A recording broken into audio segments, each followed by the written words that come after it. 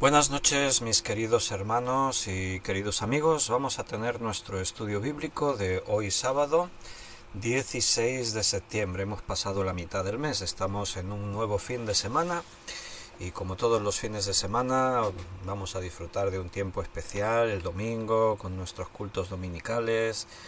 Pero hoy sábado a estas horas pues vamos a tener nuestro estudio bíblico y vamos a volver a la serie de los sábados. Hemos estado por ahí algún sábado que por las vacaciones, los viajes y eso nos hemos concentrado en otras series, pero vamos a retomar ya un poquito la rutina y así como tenemos algunas series fijas en unos días, martes siempre hacemos primera epístola de Juan, sábados siempre hacemos historia de la Iglesia y domingos estamos haciendo la serie que hemos llamado Ciencia y Biblia. Entonces hoy volvemos a historia de la Iglesia. Estábamos detenidos por el tiempo del imperio de Carlomagno.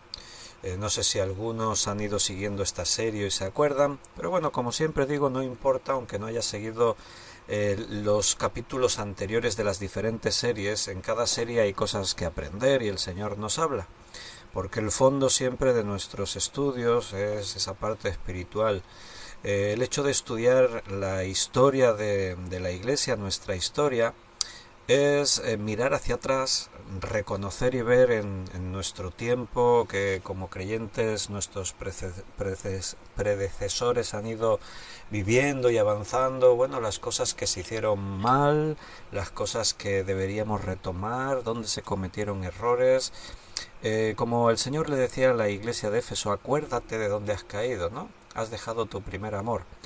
Es mirar hacia atrás, que es lo que hicieron los reformadores, mirar a un origen, a un principio y tratar de retomar aquellas cosas que durante el tiempo se perdieron. La historia de la Iglesia que hemos visto hasta ahora, estamos llegando ya al siglo X, estamos ahí ya en un cambio bastante sustancial y nos vamos acercando al tiempo de los reformadores. Bueno, pues lo que caracteriza siempre a la historia de la Iglesia es, como en muchas cosas, es ir descuidándose, ir relajándose, ir dejando aquellas cosas que en su momento dieron origen a lo que es la Iglesia. Cristo dijo, yo edificaré mi Iglesia. Y después los hombres distorsionaron todo eso, cambiaron el sentido de todo eso y hemos podido ver que desde ya muy pronto al comienzo de la Iglesia, después del siglo I, segundo, ya la Iglesia empezó a torcerse en algunos aspectos, empezaron a surgir debates dentro de la Iglesia, unos creían que se tenía que hacer de una forma, otros creían que se tenía que hacer de otra, unos hacían énfasis en una doctrina, otros en otra, y cómo las cosas se fueron torciendo, cómo se fueron desfigurando. Y poco a poco, sobre todo hubo un gran cambio en la degeneración de la Iglesia cuando Roma adopta el cristianismo como la religión oficial de todo el imperio. Esto es por manos de Constantino. Entonces estamos hablando en el siglo IV, donde hay un declive sustancial de la Iglesia, cuando la Iglesia se asocia con el poder, cuando ya no hay esa distinción que Jesús marcó, a César lo que es de César, a Dios lo que es de Dios, cuando se mezcla Iglesia y gobierno, reino, poder, bueno, entonces la Iglesia aún acelera ese declive, esa degeneración. Estuvimos hablando del periodo de los papas, del periodo el periodo papal, lo llamaríamos así, y cómo esa corrupción de la Iglesia se fue acentuando más y más. Hoy vamos a retomar un poco ahí la idea y vamos a hablar pues de los fines ya, de los finales de la Edad Media y cómo en esos años pues surge una nueva forma que toma protagonismo, que son las cruzadas. Hoy vamos a hablar un poquito acerca de las cruzadas. Antes de que nos pongamos con el estudio, primero vamos a orar y vemos los hermanos que han escrito aquí en el chat en directo algo. Vamos a orar.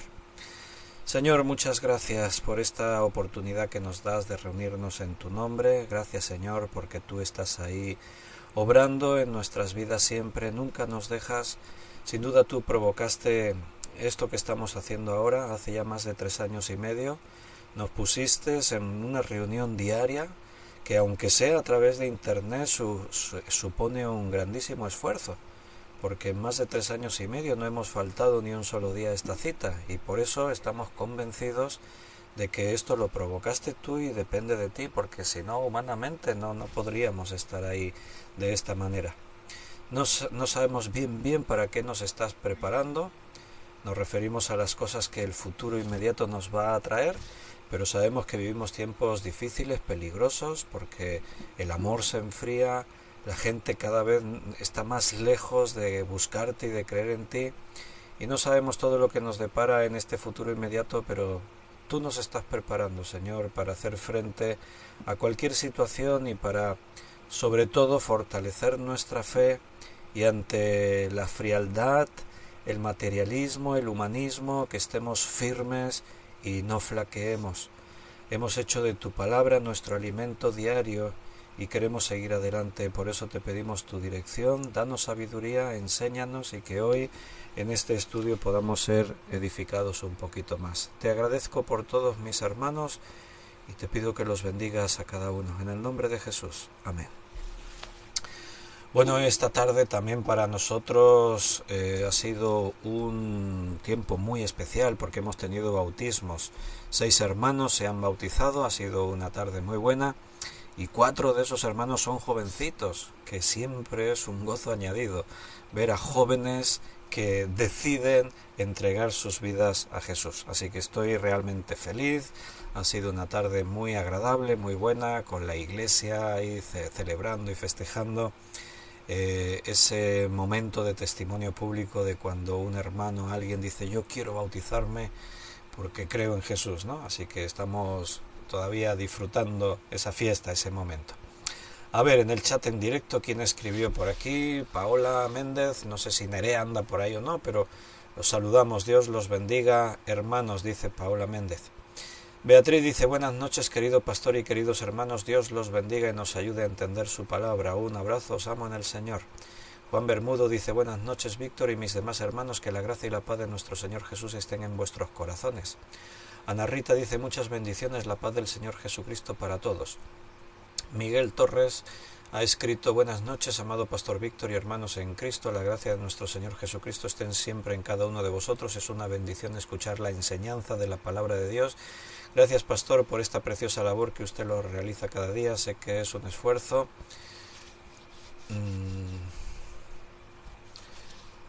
Sé que es un esfuerzo hacer todo esto. Un gran abrazo a la distancia. Un abrazo a Perú, a los hermanos en Perú. Benito dice, buenas noches a todos mis hermanos. Ana Karina dice, buenas tardes, pastor Víctor y hermanos. Espera que se me mueve el chat y no se pierdo el mensaje. Aquí. Buenas tardes, pastor Víctor y hermanos, Dios los bendiga a todos. También bendecimos y abrazamos a los hermanos allí en Ecuador. Y Paco y Rosario dicen buenas noches, un abrazo y un beso para todos. Tony dice, maravilloso historiador, gracias Víctor. Tony, nos vemos mañana, Dios te bendiga, si Dios quiere. Beatriz dice, hoy hubo fiesta en los cielos. Muy bien, pues genial de veros por aquí, de vuestros mensajes, y vamos al estudio. Os estaba diciendo que si nos situamos año 970 al 1040, estamos en la Edad Media, estamos en un tiempo difícil, de una gran oscuridad. Esta fecha que os he dado comprendieron 48 años de una hambruna tremenda. O sea, parece que todo en el mundo estaba bajo una situación de tremenda oscuridad. Había epidemias, plagas, enfermedades, el hambre era tremenda, era un tiempo de miseria y de intranquilidad. Los años que vinieron después, en el 1085 al 1095, las condiciones todavía empeoraron más. Y gran parte de esa oscuridad es que la luz de la iglesia estaba apagada. En la iglesia la Biblia no se leía. Se habían puesto cadenas a las escrituras. Las copias que existían, porque muchas se llegaron a destruir, y las copias que existían estaban guardadas bajo cadena. algunos de los papas. En los últimos estudios de historia de la Iglesia estuvimos viendo el periodo papal, hicimos un repaso así de todas estas épocas de los papas, y algunos papas prohibieron leer la Biblia. La Inquisición tomó cartas en el asunto, y aquellos que eran sorprendidos leyendo o predicando las escrituras eran castigados severamente, algunos hasta con pena de muerte. Imagínate lo absurdo de la situación. La Iglesia de Cristo prohibiendo que se lea la palabra de Dios. O sea, dentro de la Iglesia ha habido periodos tan absurdos, y siguen existiendo esas formas que no tienen sentido ni dan lugar a lo que se supone que es la Iglesia. Así que fueron años de una tremenda oscuridad, y esos años pues fueron de mal en peor. Gran parte del motivo de tanta oscuridad pues evidentemente fue porque a Dios se le dejó fuera. Cristo estaba fuera de la Iglesia. Y la Biblia, que es aquella que ilumina nuestra vida y nos da la fuerza y el sentido para todo, no se leía, estaba encadenada. Entonces, al comienzo del siglo XI, fue un tiempo de mucho sentimiento religioso. Una cosa es que Dios no estaba presente y habían dejado a Cristo fuera y la Biblia no se leía, pero sí que la gente era muy religiosa y la Iglesia seguía creciendo en poder.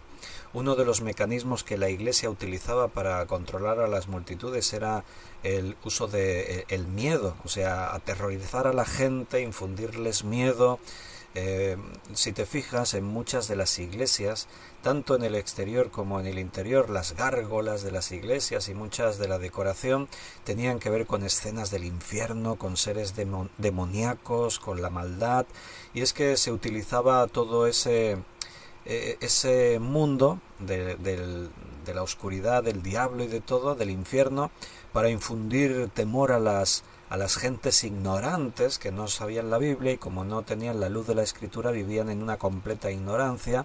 Había mucho analfabetismo también dentro de la población, y siempre ha sido una herramienta muy útil en las manos de los poderosos el tratar con las multitudes en su ignorancia, ajenas al conocimiento, el conocer sobre todo la Biblia. Jesús decía: conoceréis la verdad y la verdad os hará libres.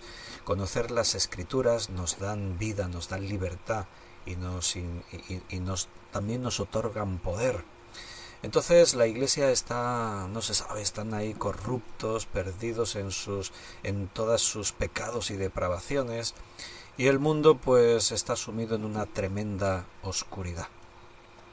En ese tiempo, como digo, ese sentimiento religioso abunda mucho, se construyen muchas catedrales, se le da muchísima importancia a las reliquias. Uno de los estudios que hemos hecho atrás hablamos de las reliquias y mencionamos todos esos casos curiosos de reliquias que había por todo el territorio de la cristiandad.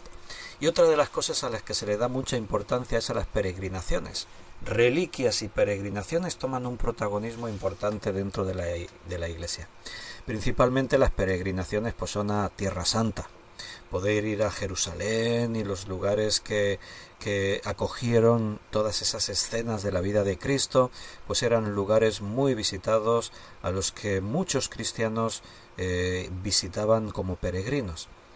Todos esos lugares, Jerusalén y las Tierras Santas, habían estado en poder de los musulmanes desde el año 638, pero las peregrinaciones se hacían. El mundo musulmán que ocupaba esos territorios no impedían las peregrinaciones de los cristianos, hasta había cierto respeto hacia los lugares santos de la cristiandad. Pero todo eso cambió en el año 1071, cuando Jerusalén fue capturada por los turcos seljúcidos. Entonces ahora hay un cambio y los turcos hacen prácticamente imposibles las peregrinaciones a todos esos lugares santos de la cristiandad. Además, los lugares sagrados para los cristianos son profanados, Y esto provoca que dentro del cristianismo en Europa pues empiezan a buscar soluciones, tenemos que hacer algo, y algunos líderes, algunos reyes y líderes dentro de los países de Europa pues empiezan a mover cartas en el asunto, y sobre todo los papas, son los papas los que, porque en ese tiempo recuerda que Estado y religión están unidos, y el papa tiene una autoridad aún por encima de los reyes. Entonces, en el año 1060 al 1090, los normandos del sur de Italia arrebatan Sicilia a los musulmanes. En esa época, por esos años, también comienza la reconquista definitiva de España de manos de los maometanos. En España los maometanos, los musulmanes, estuvieron muchos años, 800 años, y la reconquista, o sea, la conquista fue de los musulmanes a los españoles, la reconquista fue lenta, ya digo, estuvieron muchísimos años.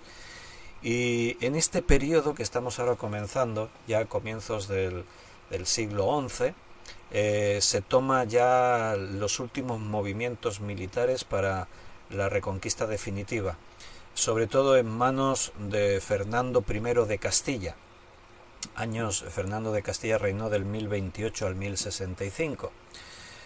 También en esta última parte del siglo XI es épocas de muchos mitos, leyendas, de caballeros andantes y de todo esto. Bueno, hay un personaje que se le conoce como el Cid campeador se le llegó a llamar. El personaje, su nombre era Rodrigo Díaz de Vivar. Se piensa que era originario de Burgos, de hecho en la ciudad de Burgos hay una estatua del Cid, pero hay algunas dudas en cuanto a sus orígenes y eso. Pero es uno de esos personajes que tuvo un papel, vamos a decir, destacado en todos estos tiempos de reconquistas y tal. Aunque en estos personajes de la historia que quedaron como leyendas, también hay muchos mitos y cosas que no fueron totalmente exactas. Yo me acuerdo cuando iba al colegio, cuando yo tenía 10 años, 12 años, no me acuerdo exactamente qué edad, pero me acuerdo que en mi libro de texto, pues ahí estaba la historia del Cid campeador. Fue la persona del Cid campeador, pues fue la inspiración de una de las grandes obras de la literatura española, que se llamó el Cantar del mío Cid. Y yo me acuerdo pues que en el colegio estudiábamos todo eso. Y recuerdo una de las historias que se atribuían al Cid, y es que en una de esas batallas contra los musulmanes, contra los maometanos, pues el Cid campeador fue herido de muerte y murió. Entonces, cuando llevaron su cuerpo al campamento cristiano, pues ellos pensaban pues que esto iba a dar un giro en la guerra y que los maometanos pues iban a envalentonar para luchar contra ellos. Y entonces dice que pusieron su cuerpo muerto, el cadáver del Cid campeador, lo ataron a lomos de su caballo, y entonces lanzaron el caballo al galope por el campo de batalla. Y cuando los maometanos vieron a el Cid cabalgando en su caballo, se habían corrido los rumores de que estaba muerto, pero cuando le vieron cabalgando en su caballo, dice que todos los maometanos, el ejército se batió en retirada, ¿no? Así que quedó esa leyenda de que Rodrigo Díaz de Vivar venció una batalla después de muerto. Bueno, Burgos se atribuye que el Cid era de allí, y en cambio hay otros que dicen que era de Valencia. Entonces, bueno, hay algunos datos así que no se conocen. De hecho, él ostenta el título de Rodrigo Díaz, ostenta el título de señor de Valencia. Bien, no me voy a detener en hablar del Cid, pero solo para que veáis que a veces los mitos generan muchas historias que no son del todo reales.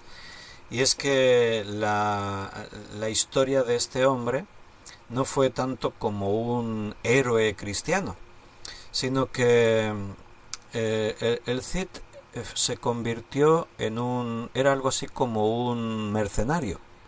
O sea, lo contrataban, los reyes lo contrataban para que con sus ejércitos luchase de su parte.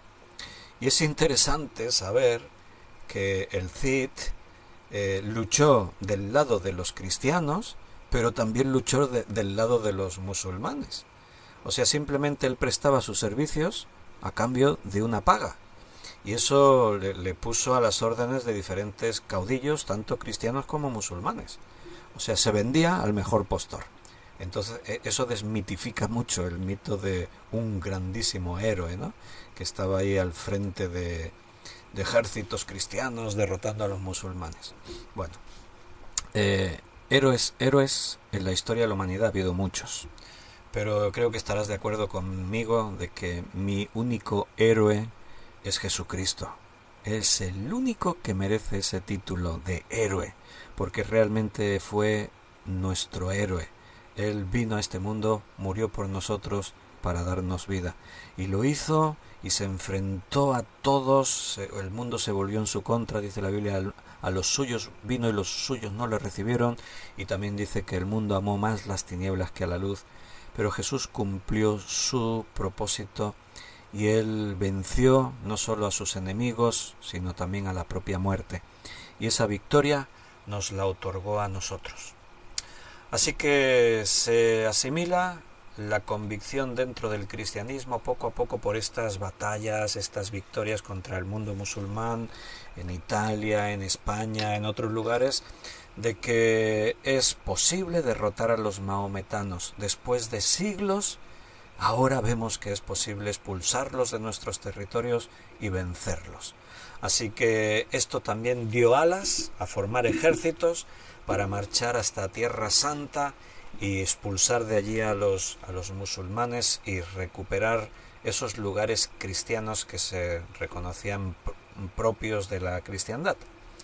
Entonces, algo que impulsa las cruzadas, pues también es el amor a la aventura, es el deseo de obtener botines y enriquecerse, es el deseo de conquistar territorios y sin duda también pues es el odio religioso que siempre ha existido entre los seres humanos. La religión ha provocado mucho odio y el cristianismo odia profundamente al maometismo, y así que ahí pues todo eso son motivos.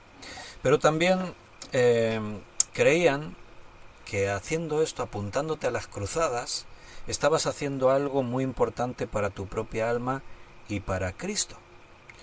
El primer intento de formar un ejército y mandarlo a las cruzadas fue por el emperador de Oriente, Miguel VII, que vivió del año 1067 al 1078. Entonces este emperador informa a Enrique IV de Alemania que dispone de 50.000 soldados listos para partir a la conquista de Tierra Santa, pero que hace falta una dirección adecuada. Y todo ese plan se frustra por la lucha de a ver quién se va a investir como el líder, ¿no? Como el que comande este proyecto. Siempre la codicia y humana, ¿no? Entonces es el Papa Urbano II el que hace revivir ese plan de crear ejércitos para ir a conquistar Tierra Santa. Y en el año 1095 el Papa Urbano II proclama una cruzada, proclama la cruzada y ya hace un llamado a toda la cristiandad de todo el mundo a recuperar los lugares santos de los maometanos. Y el Papa promete dos cosas: a todos los que se alisten en los ejércitos de los cruzados se les va a otorgar dos cosas. Una, el perdón de todos sus pecados. O sea, si tú te apuntabas como soldado a las cruzadas, tus pecados eran perdonados. En el momento de apuntarte, yo soy cruzado, me voy a la guerra, ya olvídate, todos tus pecados desaparecen. Y la segunda cosa, se les prometía la vida eterna a todos los que pudiesen morir en batalla. Así que esto era pues como un seguro. Si tú te apuntas a los cruzados, ¿qué puede pasar? ¿Que te maten? No pasa nada. Te vas a la eternidad con Dios. Tienes garantizada la vida eterna.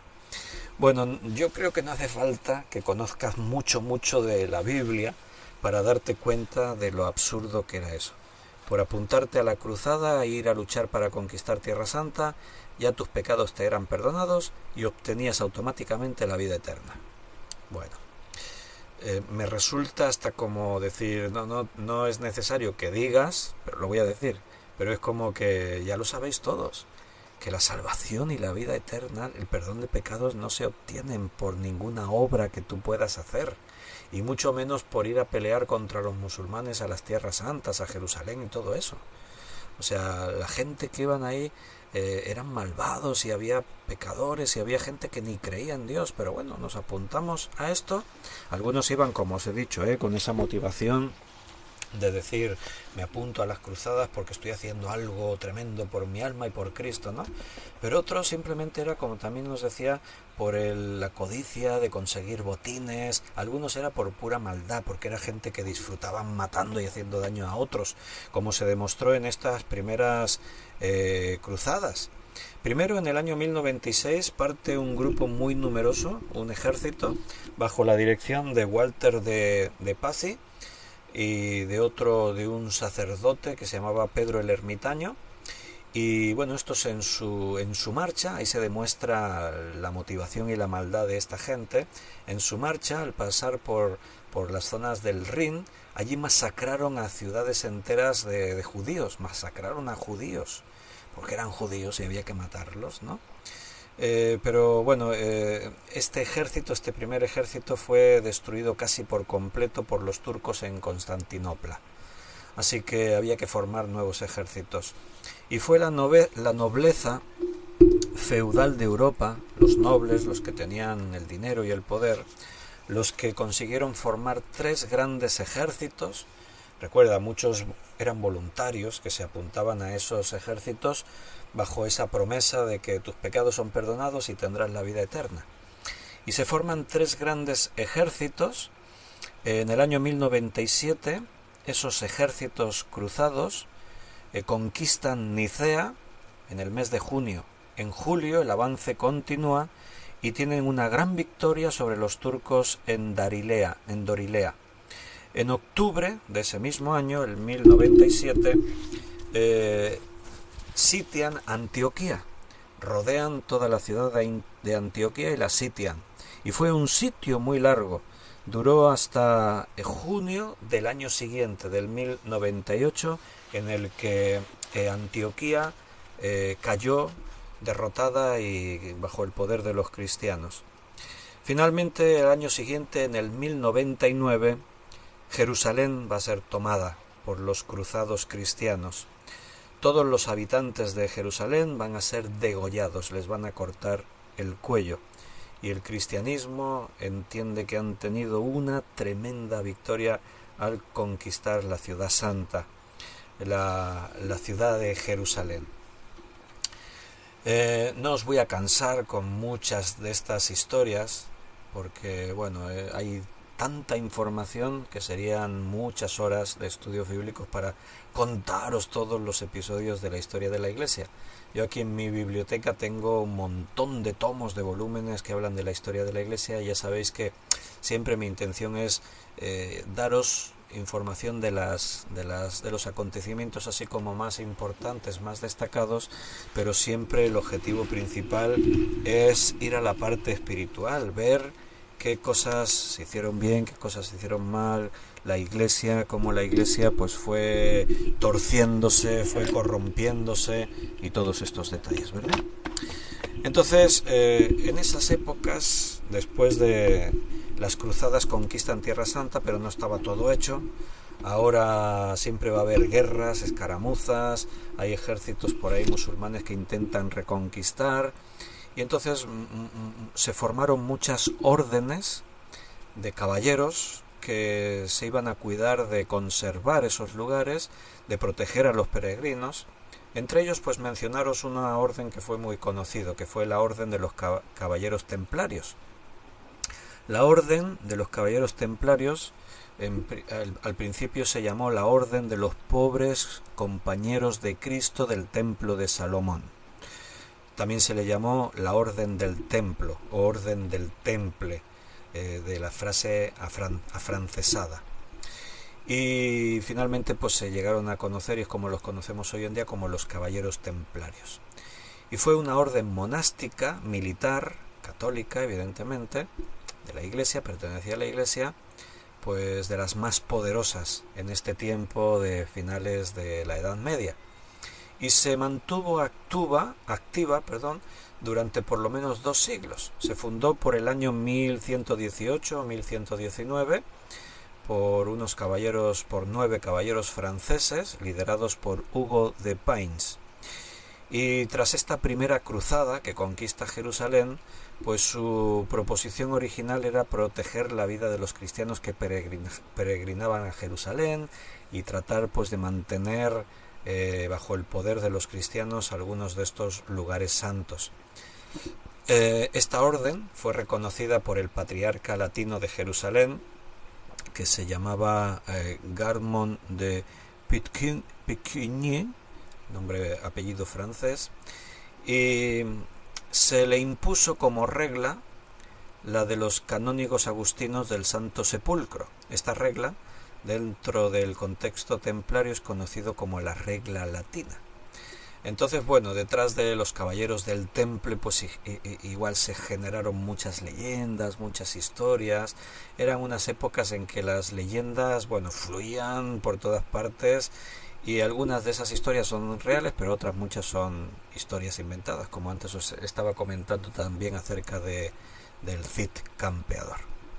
Bien, os voy a hablar de un personaje que surge en esas épocas, un poquito después. Estoy hablando ya del siglo IV, pero dentro del periodo de historia que vayamos hablando, te quiero ir comentando algunos de esos personajes que ya fueron los precursores de lo que después iba a ser la Reforma, porque hemos visto un panorama muy oscuro de la Iglesia en toda esta época de la Edad Media, pero hay que decir de que Dios siempre tuvo su remanente.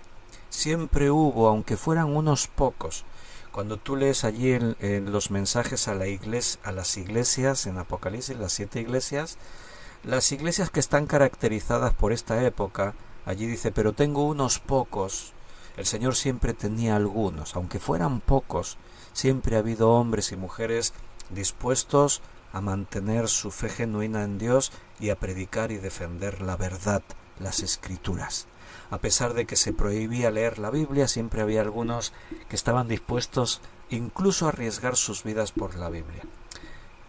Piensa, ¿qué lleva a una persona a decir, me voy a enfrentar al poder, al mayor poder que hay, al poder del Papa, de los reyes, me voy a exponer incluso a perder mi vida por defender una causa? ¿Qué causa? Predicar la Biblia. ¿Qué lleva a una persona a hacer eso?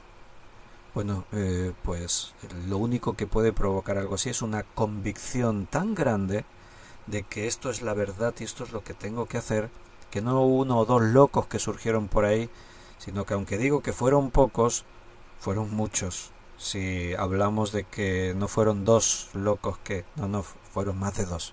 Fueron muchos los que estuvieron dispuestos a sacrificar sus vidas por causa de la verdad. Y uno de estos fue John Wycliffe. Conocemos a John Wycliffe como traductor de la Biblia. Él vivió en el año 1320 al 1384. Y bueno, Wycliffe dijo, mientras tenga vida, cito textualmente sus palabras, mientras tenga vida, mientras tenga aliento, hablaré y defenderé la palabra de Dios. Estoy dispuesto a defender lo que creo, aún a costa de mi propia vida. Y efectivamente tuvo que dar su vida, como otros, por defender lo que él estaba convencido que era la única verdad absoluta, que es la Biblia, la palabra de Dios. Cuando él tenía 30 años, comenzó su trabajo para reformar la Iglesia.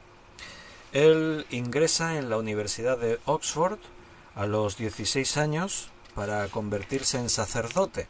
De hecho, prácticamente todos los reformadores eran sacerdotes, ¿Por qué? Porque eran los únicos que tenían acceso a poder leer la Biblia, ya que el pueblo, el vulgo, eso no tenían Biblias, lo tenían terminantemente prohibido.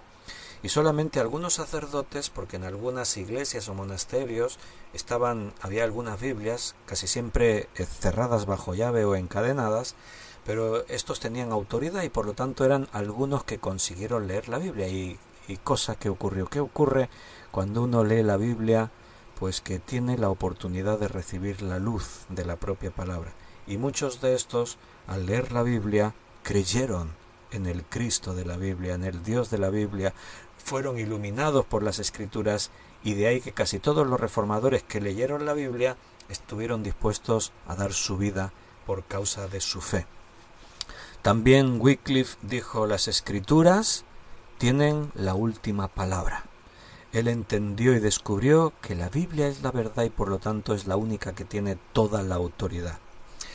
En ese momento la Biblia solo había sido traducida al latín, no se había traducido a otros idiomas, así que era difícil que la gente pudiera leer la Biblia.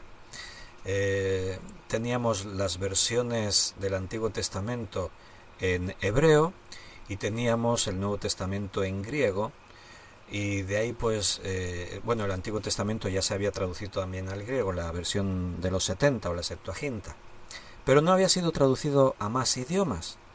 Solo existía la Biblia en latín y no todo el mundo sabía latín. De hecho, el pueblo no leía en latín, no sabían, las misas se hacían en latín, así que la gente ni se enteraba de lo que se estaba haciendo en la misa.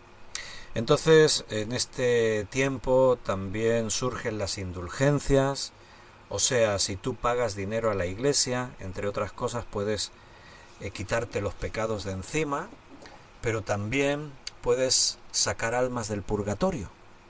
Si un ser querido tuyo dudas o piensas que se pudo ir al purgatorio, motivos, bueno, pues porque no le dieron la extrema unción, porque no había sido bautizado, por algunas, si tú crees que se haya ido un ser querido tuyo porque murió en pecado, por lo que sea, se fue al purgatorio, paga dinero a la iglesia y sale del purgatorio. O sea, tú fíjate, ¿qué Dios pintaban esta gente? Un Dios que está en los cielos ahí mirando, ¿no? Mira, este me ha dado dinero a la iglesia. A ver, tenía uno ahí en el purgatorio, vamos a sacarlo.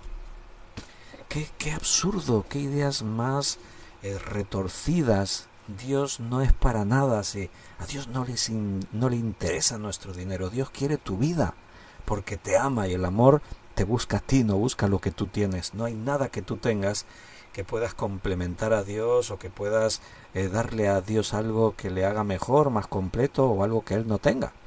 Es lo más absurdo, pero recuerda, la gente está bajo una ignorancia total y por lo tanto se les puede manipular y se creen cualquier historia que la autoridad eclesiástica les dice.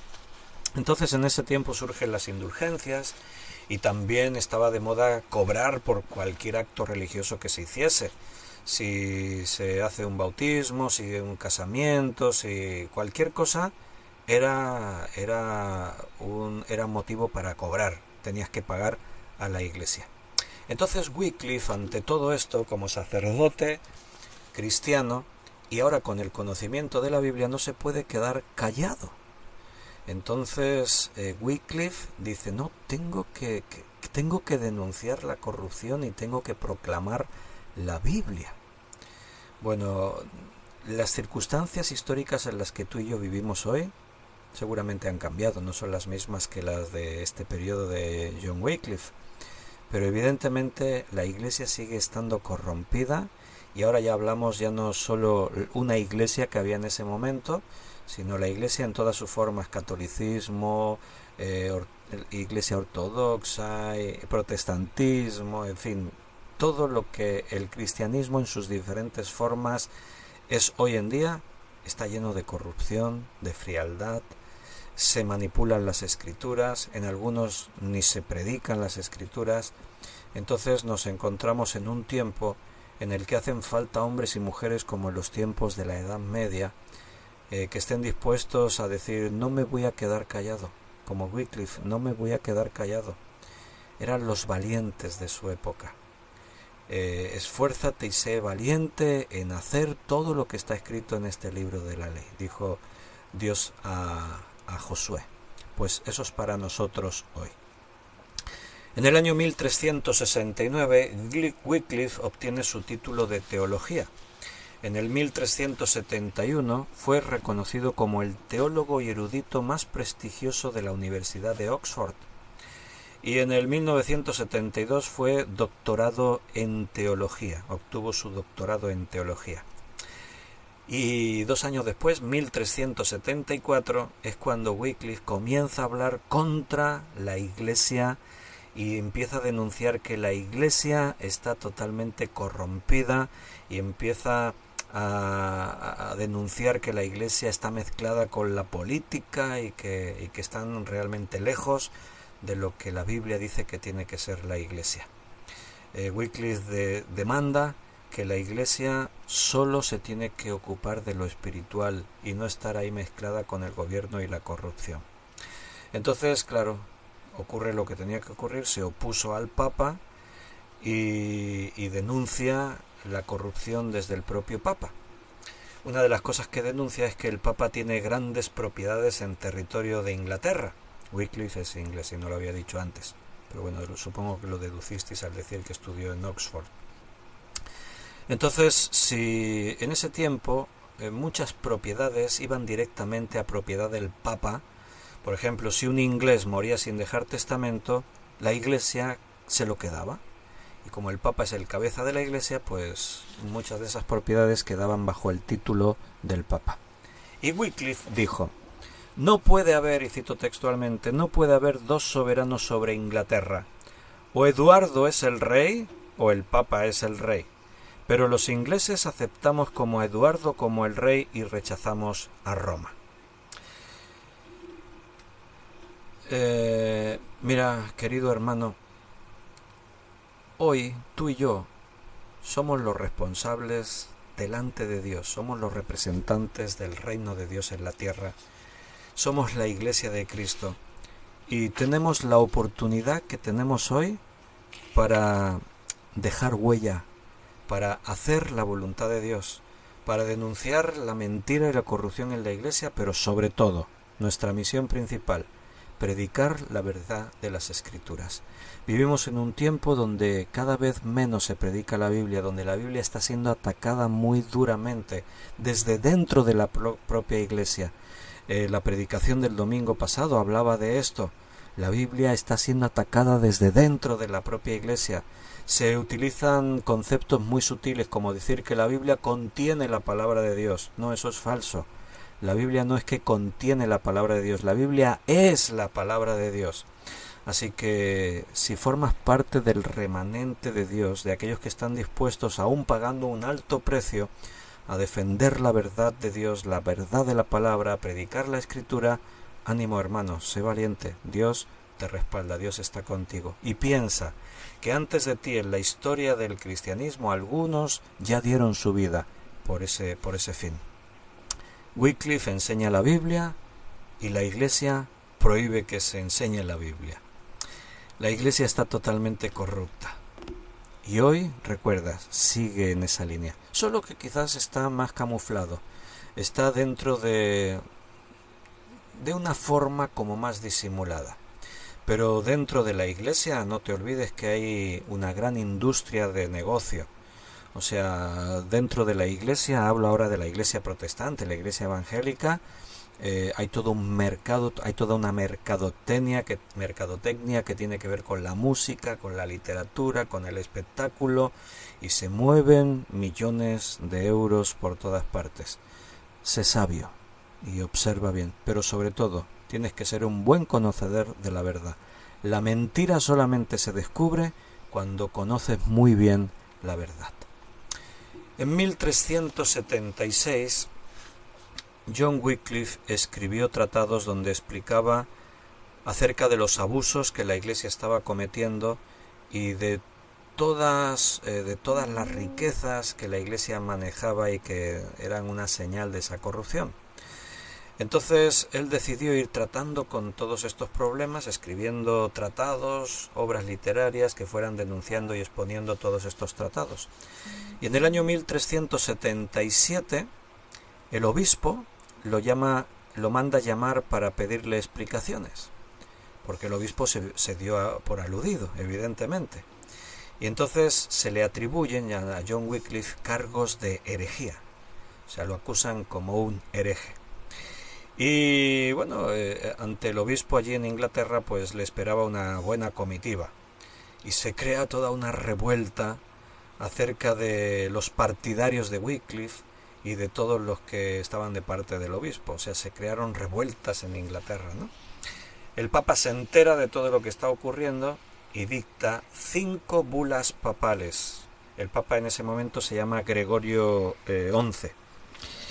Sus bulas papales, las 5 bulas papales que se dictan contra Wycliffe, bueno, es un intento de acallar la verdad que se está predicando. Cuando la luz se levanta, las tinieblas se levantan rápidamente en su contra. Una de las bulas va dirigida a los eruditos de Oxford y decía así, leo textualmente: a los eruditos de Oxford, como habéis permitido que brote la cizaña entre el trigo puro de vuestra gloriosa universidad, y lo peor, permitís que siga creciendo. La cizaña dentro del buen trigo, o sea, el Papa decía, nosotros somos el buen trigo, Wycliffe es la cizaña, ¿no? En otra gula los amenazó que si no silenciaban a Wycliffe, iban a ser todos excomulgados, todos los eruditos de Oxford, la autoridad en Oxford iba a ser excomulgada y no recibirían ninguna ayuda más de la Iglesia, ningún apoyo de la Iglesia. Por lo tanto, un grupo de eruditos de Oxford escribieron al Papa en respuesta. Todo esto requería una respuesta. Y un grupo, no todos, un grupo, respondieron al Papa y dijeron, cito textualmente: con todo respeto, las afirmaciones de John Wycliffe, aunque no suenan bien, no son erróneas. Eran eruditos, quizás no estaban influenciados tanto por el fanatismo religioso y no entendían esta lucha, y en respuesta dijeron esto: con todo respeto, las afirmaciones de John Wycliffe, aunque no suenan bien, no son erróneas. Entonces, bueno, trata de ponerte en la escena bíblica e histórica, trata de meterte en la piel de Wycliffe y de todo lo que estaba ahí pasando. Wycliffe es citado de nuevo a la corte para responder a los cargos que directamente el Papa le ha hecho, y aparece ante la corte ante decenas de obispos, de autoridades eclesiásticas, todos que demuestran un odio atroz sobre Wycliffe. Escuchó todas las acusaciones que se le hacían contra él, así que ahora ponte en escena. Ahí estás tú en medio, rodeado de lobos que están deseando devorarte, y tienes que responder a todos los cargos que se te están haciendo, las acusaciones de herejía, etcétera. Wycliffe contestó, y te cito otra vez textualmente, palabras de John Wycliffe: niego que el Papa tenga derecho alguno al dominio político, al dominio civil, y tampoco puede calificar o descalificar por medio de sus bulas. El Papa no tiene autoridad para todo esto. Fue valiente. Y yo reconozco, tenemos que reconocer, mejor dicho, que esa valentía viene de Dios, porque en las situaciones más difíciles Dios nunca te va a dejar, te va a abandonar. Él te va a dar su fortaleza. Por eso el apóstol Pablo podía afirmar: todo lo puedo en Cristo que me fortalece. En esta declaración suya, en respuesta a todas las acusaciones, citó de memoria Hechos, capítulo 5, versículo 25 al 29. Os lo leo. Wycliffe citó este texto. Hechos 5, 25 al 29. Pero viendo uno, les dio esta noticia: he aquí los varones que pusisteis en la cárcel están en el templo y enseñan al pueblo. Entonces fue el jefe de la guardia de los alguaciles y los trajo sin violencia porque temían ser apedreados por el pueblo. Y cuando los trajeron, los presentaron en el concilio, y el sumo sacerdote les preguntó, diciendo: ¿No os mandamos estrictamente que no enseñaseis en este nombre? Y ahora habéis llenado a Jerusalén de vuestra doctrina y queréis echar sobre nosotros la sangre de ese hombre. Y respondiendo Pedro y los apóstoles dijeron: es necesario obedecer a Dios antes que a los hombres. Wycliffe citó este texto para decir: yo no me voy a someter al Papa porque no tiene ninguna autoridad. Al principio del cristianismo, las propias autoridades judías, prohibieron aún a los apóstoles, a Pedro y a los demás apóstoles, les prohibieron predicar a Jesucristo y predicar la palabra de Cristo. Y ellos dijeron: mira, no podemos hacer eso, nos es necesario obedecer a Dios antes que a los hombres, así que yo voy a hacer lo mismo. Hermano, ¿y tú estás dispuesto a obedecer a Dios antes que a los hombres? Sus acusadores quedaron atónitos, porque nadie se había atrevido nunca a desafiar al Papa como John Wycliffe lo estaba haciendo. Así que, bueno, se lió otra revuelta, iban de revueltas, ¿no? Los partidarios de Wycliffe, que ya había muchos, pues se enfrentaban contra la autoridad y contra la policía, y bueno, eran todo... Se prohibió a Wycliffe y a todos sus seguidores, se les prohibió predicar en público, y a todos los que eran sorprendidos predicando se les sometía, se les apresaba, se les castigaba. Se instruyó en secreto un grupo de hombres predicadores a los que se les llamó los evangélicos. Eso era el año 1378, y se dedicaban a ir clandestinamente por todos lugares predicando la Biblia, la palabra de Dios, los evangelios. Y ellos Wycliffe declararon de que el único fundamento y autoridad es la Biblia. No es ningún hombre, no es el Papa, no es la Biblia. Así que las acusaciones contra Wycliffe continúan, acusaciones de herejías, a sus seguidores también. Todos los escritos de Wycliffe son condenados a ser destruidos. Decía que la Biblia no necesita interpretación del clero, cualquiera puede leerla, esto decía Wycliffe. Os han dicho que está prohibido leer la Biblia porque no la podéis entender. Es falso, es mentira. Tenéis que leerla, la vais a entender. No es exclusiva del clero. Y entre otras cosas, en sus escritos, con la Biblia siempre como autoridad, atacó la confesión auricular. Él dijo que no es bíblico que tú tengas que ir a un hombre, a un sacerdote, y confesar tus pecados. Entonces, no confiesa tus pecados a Dios, no tienes que hacerlo a un hombre. También atacó la idea de la absolución de pecados. Ningún hombre te puede absolver de los pecados, solamente Dios cuando tú te confieses a Él. Y también denunció de una forma muy severa las indulgencias. Él se sorprendió que sus colegas no se dedicaran a la oración y el estudio de la Biblia. Él pensaba, si alguien leyó la Biblia, ¿cómo no puede volcar su vida en esa dirección? Bueno, es algo que algunos todavía nos seguimos sorprendiendo y preguntando. ¿Cómo algunos, aun conociendo la Biblia, no se rinden a la autoridad de la Biblia y a una búsqueda apasionada de tener una comunión con Dios? También Wycliffe dijo que lo más elevado de una persona es predicar la palabra de Dios. Lo más grande que alguien puede hacer es predicar la palabra de Dios. También denunció otra doctrina equivocada, que era la transustanciación. O sea, Cristo no se vuelve a encarnar en el pan de la Santa Cena, y el vino no se convierte en su sangre. Él dijo que esto no es así, eso era un recordatorio y una enseñanza. Él dijo, debemos volver a la vida y a la práctica de los primeros cristianos.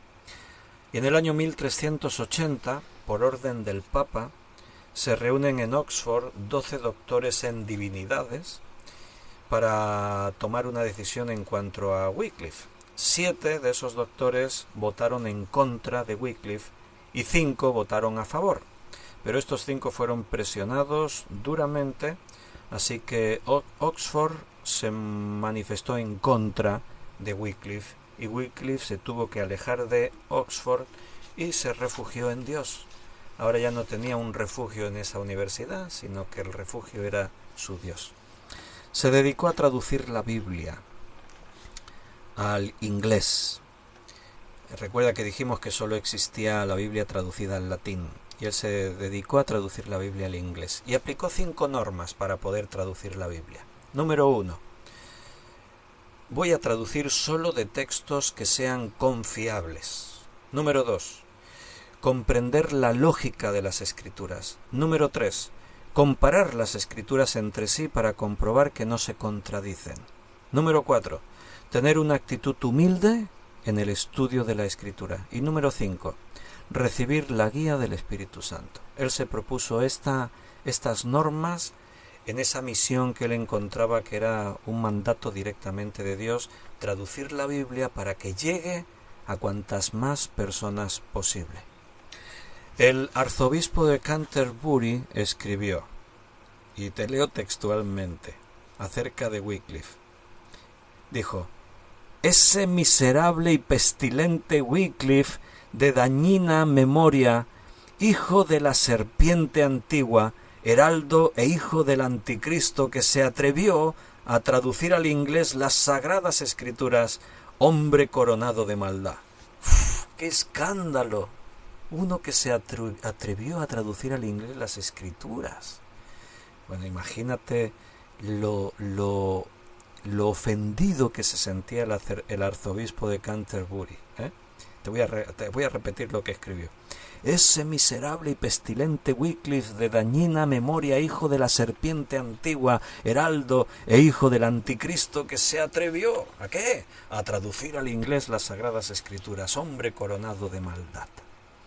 Bueno, gracias a Wycliffe y a otros hombres como él, que la Biblia, la palabra de Dios, se fue extendiendo por todas partes y llegó hasta nosotros. Miguel dice: disculpe, pastor, tengo entendido, así como John Wycliffe también denunció Martín Lutero. La pregunta sería, ¿cuál de los dos lo hizo primero? Wycliffe, estamos en el 1380 y algo, y Lutero ya su denuncia de las tesis fue en el 1517, es el año que se conmemora la Reforma Protestante. Todavía no hemos llegado a Lutero, llegaremos a Lutero y hablaremos de Lutero y de otros reformadores. Ahí nos dedicaremos gran parte del tiempo en nuestra serie de historia de la Iglesia. En 1384, mientras escuchaba un sermón, cuando él ya era anciano, una embolia terminó con su vida. Wycliffe murió escuchando la palabra de Dios. Y bueno, él no dio su vida por Cristo, aunque yo antes dije él dio su vida por Cristo, sí, porque dedicó toda su vida a Cristo, fue duramente atacado y fíjate lo que ocurrió después de que él murió. El arzobispo de Canterbury prohibió seguir traduciendo la Biblia y difundiéndola, ordenó, el Papa en este caso, ordenó quemar todos los escritos que Wycliffe había hecho. Todo lo que Wycliffe escribió tiene que ser quemado, tiene que ser destruido, y en un concilio, en el concilio de Constanza, se condenaron sus enseñanzas y se le acusó de 300 cargos de herejía a John Wycliffe. Acusado de 300 cargos de herejía. ¿Qué es lo que hizo? Predicar la Biblia, traducir la Biblia, difundir la Biblia. El Papa Martín V ordenó que los huesos de John Wycliffe fueran exhumados y fueran quemados, y que sus cenizas fueran arrojadas al río para intentar borrar su memoria para siempre.